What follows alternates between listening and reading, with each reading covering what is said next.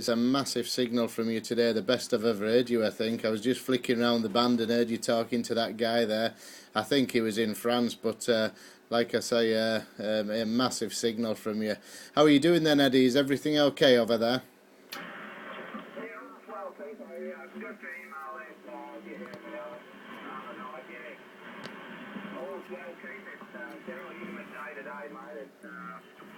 Well, we're going to get one hell of a thunderstorm, but anyhow, it's gone away. It was very, very humid, Keith, but still only running at about 33 degrees, but, all's well, mate. I haven't been working in E2 division or anything in that department. It's mainly Europe, mate. We're getting a lot of QR Mexico. There's a bit of a ning-nong up in Canada. He gets on 555 in the mornings this way. And he just sings away for hours and hours. I think it's a little bit simple there, Keith, but so I don't bother much with 2 Division anymore while he's on there, and there's also that other one, that wingnut up there in Florida. They get on the call frequency and just about block everything out in the morning for state tide there, Keith, over. Yeah, I've heard them both many a time, Eddie. I've heard them both many a time, but I really don't bother with them. But to be honest, I have worked a lot of 2 Division lately. I've worked some good stations lately. I think I did about 3 or 4 pages in my logbook of 2 Division. And I've worked Barbados, Grenada, all them kind of countries lately. I just switched the beam round the other way, and all them stations started coming through. So I've had some good contacts lately, Eddie, to be honest with you. I've still not got into New Zealand. I'm still waiting for that New Zealand, but it just seems to be a black spot for me. God knows why, but one of those things. I bought a new tower yesterday, Eddie. I bought a 50-foot tower, which is with an electronic winch. So I've got to pick that up in the next couple of weeks. So you never know, we might even get a bit stronger when I get that up, but it just depends what the neighbours say. I might just camouflage it. I'll put some trees around it or something. Back to you. Yeah, okay. Well, the other thing I could do, Keith, if I get you some hand grenades, mate, and you get rid of the neighbours, that might be the way to go, mate. Oh, that's no good, Eddie. I've already tried that, but it didn't work very well.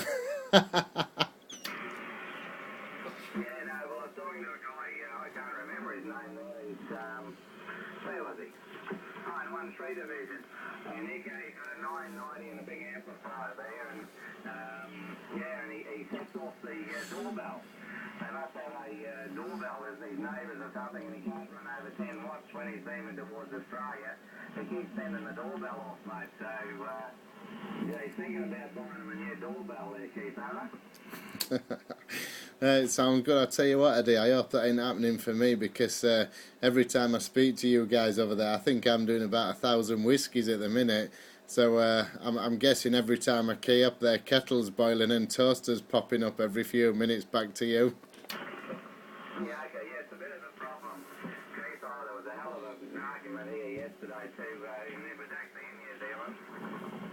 Probably just about he didn't hear it. There was a bloke swearing and cursing. He went on for all over an hour on 555. They were fighting over linear, so something to do with linear amplifiers. I couldn't get the address of him and someone else. I think he was up in Auckland. But anyhow, that's the sort of thing that gets you busted when they start fighting like that, and they start running high power. Then you have a knock on the door and that sort of thing. Because down here, Keith, they've been doing a bit of a clean out here last year down in Tasmania, in Victoria, and they've been in New South Wales. I hope they don't move up this way. But I thought they were non-existent. But anyhow, they've been doing a few raids and that apparently. But luckily, Keith, my neighbours here probably be about, what would it be, 300-400 metres away, and from me here. So luckily, I don't have a problem. But yeah, it can be a real problem in the towns and that. A good one on the tower. It's a good height in that, Keith. It gets you up a wavelength and a half there. So and with the tower it's a solid tower. It's not a RAM or anything. How does it work, mate? Over. No, it's a lattice type tower, Eddie. It's 3 sections inside each other, so no, there's no rams on it. It's all worked by an electronic winch. I just thought it was cheap, Eddie, and it's not too far from me. I bought the tower, I got a rotator with it, not that I need one because I've got a good rotator. I got a cobweb antenna with it and an electronic winch, and the guy said it's all in excellent working condition, so it's all handy, Eddie, because obviously I probably won't put it up to that height because it's just too high for a residential area. People really would be on my case. But you know, it's just nice that I can raise it up and down from one switch, from electronic switch. So I'm really happy with it. I just look forward to getting it and getting it in the garden, and hopefully I won't get too much hassle over it. Eddie, back to you. Yeah, well, actually, Keith, that's what I'm running on. I've just got the 2-section one at the moment, and it cranks up to 40 feet, and I've only got it cranked up to 36 feet. And then I've got another one that a bloke gives me, same thing, rotator. It had a little antenna on it and that, but it gets a little bit longer, and the crank up it goes up to 75 feet, I think. But anyhow, I'd never put it up, Keith, at that height here, even with the wind and everything that we could get. But no, that's a good one, mate. Yeah, because you can crank them up and down a little bit. You know, that's the good thing I like about the crank up. I have got another tower here. I've got another 2 towers here. Well, 3 actually, Keith, laying on the ground here. I don't know. I seem to pick up all these cheap towers all around the countryside. I don't know what the hell I'm going to do with them all, mate, have I? Yeah, I love them, Eddie. I've wanted a tower ever since I first begun back in the 80s there. Then obviously I was off for 20 years, then I came back on, but at the moment I have got that retractable mast, what you've seen for the vertical, and my beam is just on some aluminium poles. But it's just nice that I can bring the beam right down or put it up. I mean, the beam at the moment, as you've probably seen, it's not very high. It's only about 25 feet off the floor, but it works well. But I'm sure, you know, I'm more or less sure it'll work a lot better getting that little bit more height. But I paid £300 for the lot, Eddie. That was for the rotator, the antenna, the mast, the winch, everything. And I don't think that was a lot of money. I think that was quite cheap. Back to you. Yeah, well, the last one of those towers I seen, Keith, was away from me, about 1,000 kilometres away, and he wanted about $600 just for the, it was only a 2-stage tower, only went to 40 feet, I think it did, and he wanted $600 just for the tower. And I don't know what sort of a rotator you got there, Keith, but basically a light-duty rotator here. You're looking at anywhere from $300 to $350. I think with the pound at the moment, I don't know, we had about 50%, so you probably paid about $450 Australian. As I said, the one guy just wanted $600 just for the tower on its own over here. That was the end of last year there, Keith, over. Yeah, Roger. Yeah, I think it's good, Eddie. I mean, the rotator I've got at the minute, I've just bought a Yaesu rotator. It needed a little bit of work, but I've done it all now, and it's perfect. It works perfect. And I think the one on the tower has got a Yaesu rotator on it, and it's also got the rotator cage. But I mean, if you add all them bits up, Eddie, the cobweb antenna, they're 150 English pounds. The rotator is about £450. The rotator cage is £150. So really, it's worked out really cheap. And like I say, it's only about 50 miles from my home, Eddie. So I'm gonna use my friend's pickup, or ute, I think you call them over there, just to go and pick it up and get it back home. But I'm gonna bring it in on an evening, Eddie, when it's dark, so no one sees. Back to you. Yeah, I don't blame you, mate. Yeah, nothing worse than neighbours, mate, in a town. I remember, I'll just tell you a little story. Well, his son was a radio operator. He was an older gentleman years ago, and his wife, and anyhow, I was showing me around the yard there, and anyhow, next thing she's belting this bloke's TV antenna with the rake. And I said, what are you doing that for? She said, well, the antenna's hanging over my side of the fence. So she got into his TV antenna with the rake. So yeah, it puts me off living in the town there, Keith, over. Well, I was having that exact problem, Eddie. When I put my beam up, it was overlapping next door's garden a bit, and I didn't think they'd mind, but when I went and asked him, he wasn't happy with a couple of the elements going into his garden, so I moved it the same day, and now obviously I've got it next to my garage, so it rotates in my garden, and that's that. but people still don't like them. It's a shame really that people just don't leave you alone. I'd like to live out in the country and, you know, I'd get a tower at full height with loads of guy wires, but you know, that's just not going to happen, I'm afraid. I've just got to be happy with what I'm doing here, and to be honest, Eddie, the way things are working, I can't exactly complain. The way the antennas work and the way the radio works, etc., everything seems to work perfect for me. Back to you.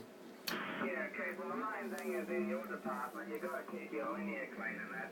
See, a lot of guys go and buy these real cheap linears and they can be quite dirty, see, that's the problem. So as long as you've got all your coax right, mate, and your radio and your amplifier and that all clean, you shouldn't have a problem. But of course they blame you for everything that opens and shuts. That's normal, but no, you will notice a difference, Keith.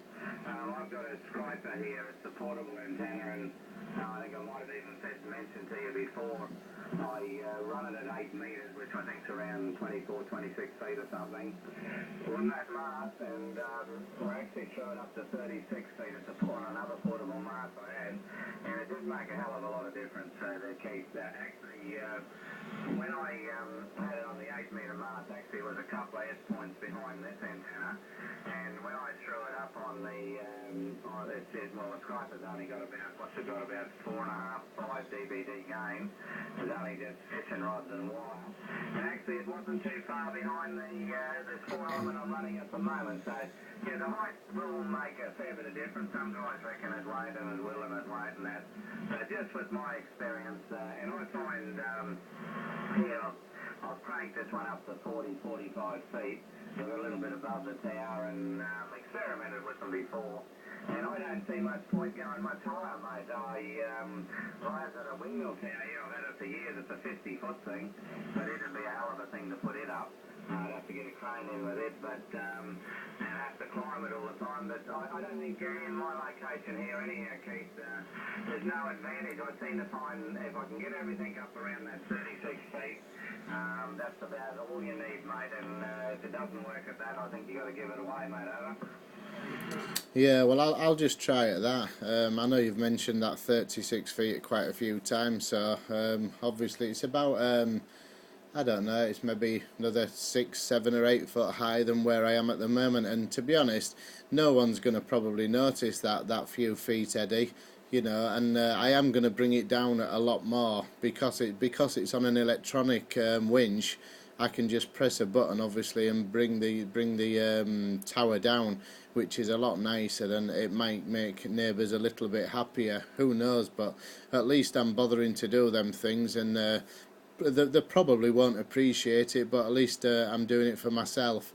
I know towers aren't the prettiest looking things, but it's not a really thick tower. I don't know. It's maybe. Excuse me, it's maybe about 8-inch square, Eddie, something like that, and obviously you've got your sections what come out, but we'll see anyway. We'll just have to see how it goes with it, but I hope no one complains, but you never know. Back to you. Oh, yeah. I wouldn't worry about them too much, Keith. Do what you got to do. Actually, don't get me started on it because they have these rules and regulations here, Keith. I think if you look at the English Constitution, and it gets in a big court battle and everything as well, I think you'll find that your Constitution is very similar to our one here, because we're still under the monarchy here, as you realise, and we're not under a republic or anything.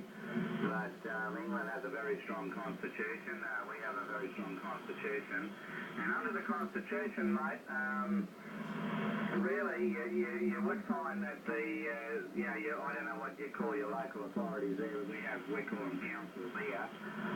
You have your federal government, your state government, and then you have your local level, which is council. And actually, a lot of these rules and regulations they got haven't got a leg to stand on. If you threw the Constitution at them, it's like Fee Simple. If you ever get a chance, Keith, have a look at Fee Simple. Freehold. That did begin in England, and I believe the Queen gave it to her knights. And you have a look at Fee Simple and Freehold. Look it on the internet, and just have a look at the rights that you even have on your own land and that as well. The governments over here tell us elsewise.